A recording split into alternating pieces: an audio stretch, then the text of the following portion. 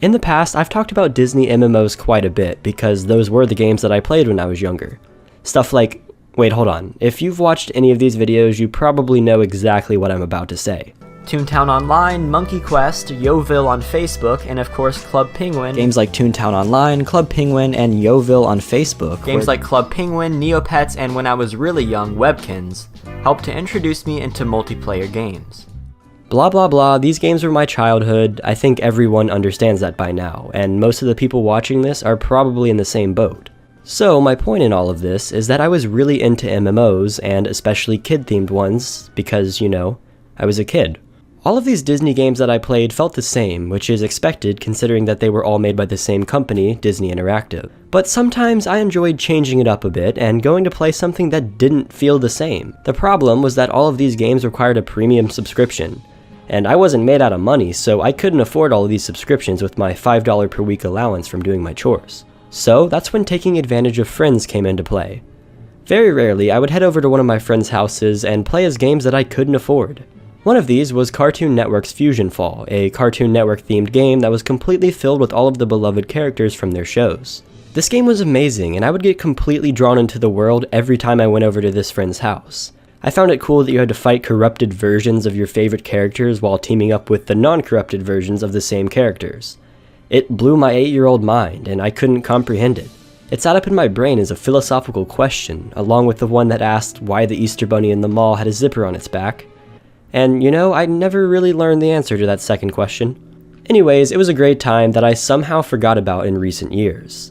But it's kinda hard to forget entirely when it's your most requested video topic, so thank you to everyone who requested it.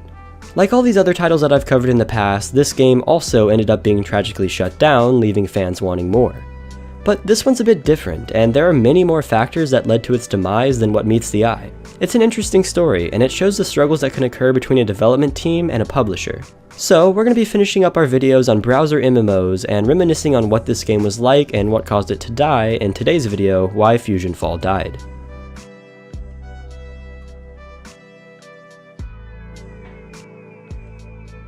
So, Fusionfall was a cool and unique game. It had all the Cartoon Network characters from shows such as Ed, Edd and Eddy, Codename Kids Next Door, and almost every other show that was popular at the time. Plus, unlike its competitors, it actually had a full storyline and a lot of thought was put into it. So the story pretty much goes like this. There's a planet in space known as Planet Fusion, and it's ruled by a dude named Lord Fuse. This planet travels through space and destroys everything it comes across. Over time, it's grown stronger and has come into contact with Earth, which is filled with the Cartoon Network characters. Luckily, these characters run into you in the past and teleport you to the future to help them fight off Lord Fuse and all of his alien minions. And that's the gist, but I promise you there's a lot more to it.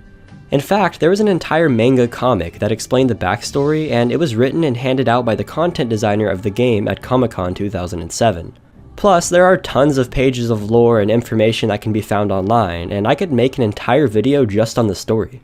As for the gameplay, it was pretty fun back in the day, but playing it today I can definitely see how it's geared towards younger audiences. You start out by creating and naming your character in a customization screen. The character customization was fairly decent, and while it wasn't crazy, it felt sufficient for the game that you were playing. Traveling could be done by warping, walking across the map, or by using temporary vehicles that gave the player a quick boost. It felt a bit tedious to walk around, but these other forms of transportation made up for it. A positive aspect of walking around, however, was that you could explore the world and come across some of the enemies in the wild. There are countless unique enemies, and finding new ones is actually pretty exciting. I found them to be creative, and it added a lot of charm, and it's actually one of my favorite parts of the entire game. There are also loot boxes and shops and power-ups for your weapons and all sorts of cool mechanics that make Fusionfall different from its competitors. But the number one thing that defined this game were the nanos. As you kill the tainted versions of Cartoon Network characters known as fusions, you unlock their counterpart, which is known as their nano. These nanos each have special powers and unique abilities that help to aid you in battle. You can collect all types of them, and each little nano is a tiny pocket-sized version of the character you defeated. As you progress through the game, you can mix and match these nanos to assist you with whatever you need help with. Now, if only the developers could have used these things to help them keep the game alive. Cartoon Network's Fusionfall was announced on July 19, 2006 by the channel themselves. They partnered with a developer known as Grigon Entertainment, which was a Korean-based developer. They were previously known for their popular title Seal Online, which was a point-and-click anime RPG released in China and other markets near China. In an interview, the producer, Chris Waldron, said, "We wanted to work with a Korean partner because we wanted to take the best of both American and international gaming markets and try to build something that could be an international success." So this game was aimed at more than just the American market. The game was set to release in 2008, and it was geared towards younger audiences of the Cartoon Network fanbase. At this time, a full character list was not available, but the names Ben 10, Mac, Blue, and the Kids Next Door were thrown around quite a bit. In an interview with IGN, Grygon CEO,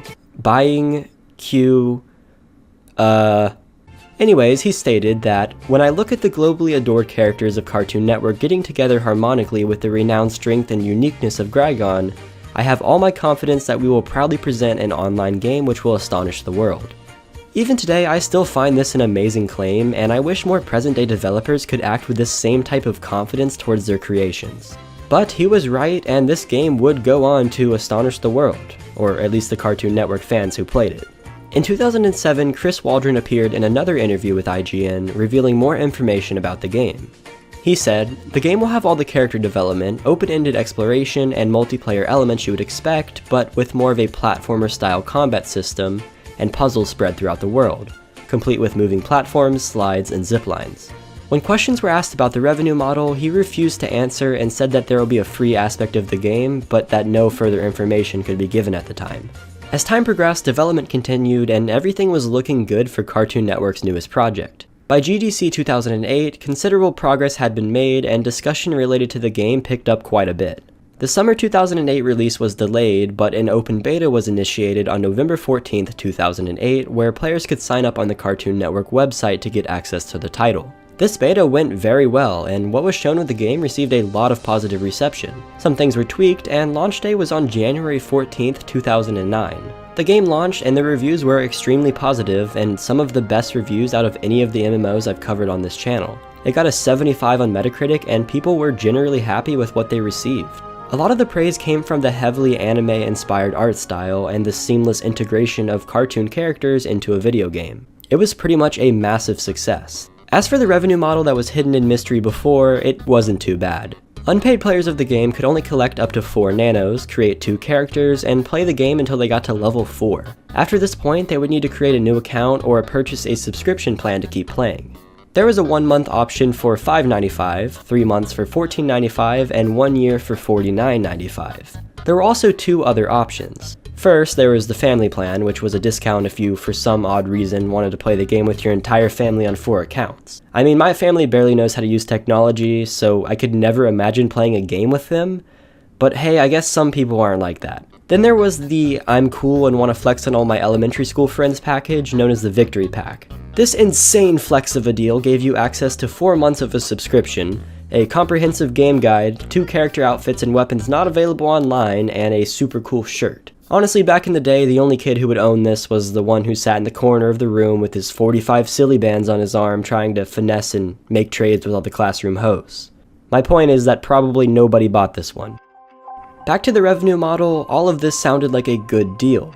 A fun game with a cool aesthetic and a reasonably priced membership package. It performed well right after release, and people seemed to enjoy most aspects of it. There were quite a few major updates during this time, with one coming around once every 3 weeks. Grygon was doing a good job at keeping everything up to date, and it seemed as if everything was going well, but it wasn't. By the end of 2009, the studio went bankrupt and had to stop development of the game. Apparently it wasn't selling as well as it should have, and a considerable amount of money was lost because of it. With their main developer going out of business, Cartoon Networks was now tasked with keeping up with and developing their own game, which is something that they weren't necessarily experienced with. From this point on, updates slowed down and player counts began to fall off a bit.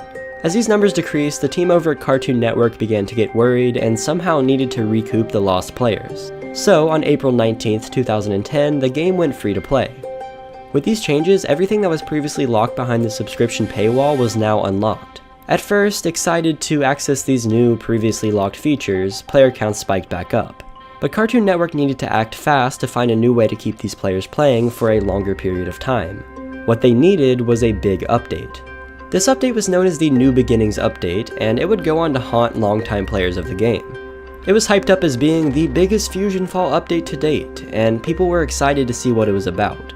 First of all, it added a foundation for new nanos to be added in the future, but it didn't actually add new nanos. Second of all, it added an area known as the Training Academy, which was used to fine-tune a player's skill and preparation to fight the boss, Fuse. Plus, there were some new mechanics that were supposed to make the combat a little bit better, but these only irritated longtime players and didn't really help much. This update undoubtedly had a major effect in killing Fusionfall as a whole, and it created a lot of irritation and outrage in the community. The Training Academy changed nearly everything that was loved about Fusionfall and made it feel like an entirely different game. People in the community hated it and complained constantly for Cartoon Network to revert the update. They begged and begged, but nothing happened, and it was set to stay for good. At this point, fed up with what they were witnessing, longtime players of the game began to leave the game, and it all went downhill from there. It felt as if everything was being rushed, and that Cartoon Network was just merely trying to milk the last bit of money out of the platform before it closed down. New nanos were added, but they had terrible rushed animations, and half of them had no sound. The in-game chat system began to break, and players were cursing and using a ton of racism in a children-oriented game. Plus, the world was becoming overrun by hackers, and problems were coming up everywhere. Cartoon Network acted as if they were oblivious to these problems, and they took the easy and lazy way out of all of them. More players were leaving, everything was progressing into a downward spiral, and Cartoon Network was losing a ton of money. Finally, on August 23, 2013, Cartoon Network announced that Fusionfall was going to be closing in 1 week. They barely gave any notice to players, and a lot of the community honestly saw it coming. Thus, 7 days later, on August 29, 2013, Fusionfall had officially closed down for good, and a few years of mine and many other people's childhood were simply deleted. There were various reasons for this, but it all stemmed from the closing of Grigon and the lack of direction caused from it. I feel like if this game was still headed by Grigon instead of Cartoon Network, it would still be around today and people would still be playing it. Unfortunately, this closure happened only a month before the closure of the other kids games that were popular at the time. So, by the end of 2013, Fusionfall, Toontown Online, Pirates Online, and Pixie Hollow were all closed down. It was the most depressing time in America since the Great Depression. But obviously, people were pretty upset with the closure, and Cartoon Networks didn't do a good job at handling the situation. They provided no closing remarks or explanation and kinda just brushed it under the rug. This honestly seems to be a recurring pattern when games like this close, and I don't understand why these developers do this. Do you guys think it's right, or should people get more of an explanation? Let me know your thoughts in the comments. A few months before the closing of Fusionfall, Cartoon Network released another game known as Fusionfall Heroes, which was a free-to-play game based off of Fusionfall, but with a twist. In this game, you played as the famous Cartoon Network characters and fought battles against the same enemies found in the original Fusionfall. Some people definitely enjoyed it, and it performed fairly well, but it couldn't really even be compared to the original game that everyone grew to love. But, like some stories that aren't Final Destination, there was a happy ending. A devoted team of fans began working on remaking the entire original game, and by late 2018, the full game was restored to its former glory. It's known as Fusionfall Retro, and it's what I used to get all the footage shown in this video. Believe it or not, even though the game was geared towards kids, it's still pretty fun even today. This video isn't sponsored by them or anything. Guys, if you want to sponsor me, email me, my email's in the description. But I would definitely recommend checking it out if I were you, and I'll put a link in the description below. I have a ton of respect for people who take their time to do this, and it shows that when people have a similar goal and put their minds together, great things can be accomplished. Anyways guys, that is going to be it for today's video, so I hope you guys enjoyed. I do want to apologize, it's been a while since I've uploaded. Actually, it's been like a month and a half, but that's kind of depressing, so we're not going to mention exact numbers. I've been super busy with college, and I had the flu, and a bunch of other stuff was happening that made me hesitate to upload, and I do apologize about that. But I will be back and better than ever, and I'm going to try my best to consistently upload from here on out, because I really should, considering that there's now 260,000 of you guys following me. The number just keeps growing, and it's honestly amazing to me. So I just want to spend my time to thank every single one of you who subscribed, and I apologize for the lack of uploading. I promise I'll be uploading more from here on out. If you guys want to watch any other videos, there will be links in the description below. Make sure to follow me on Twitter, I'll put a link to that, and also a link to my Discord server. Anyways, thank you guys so much for watching, I will see you guys next time, and peace.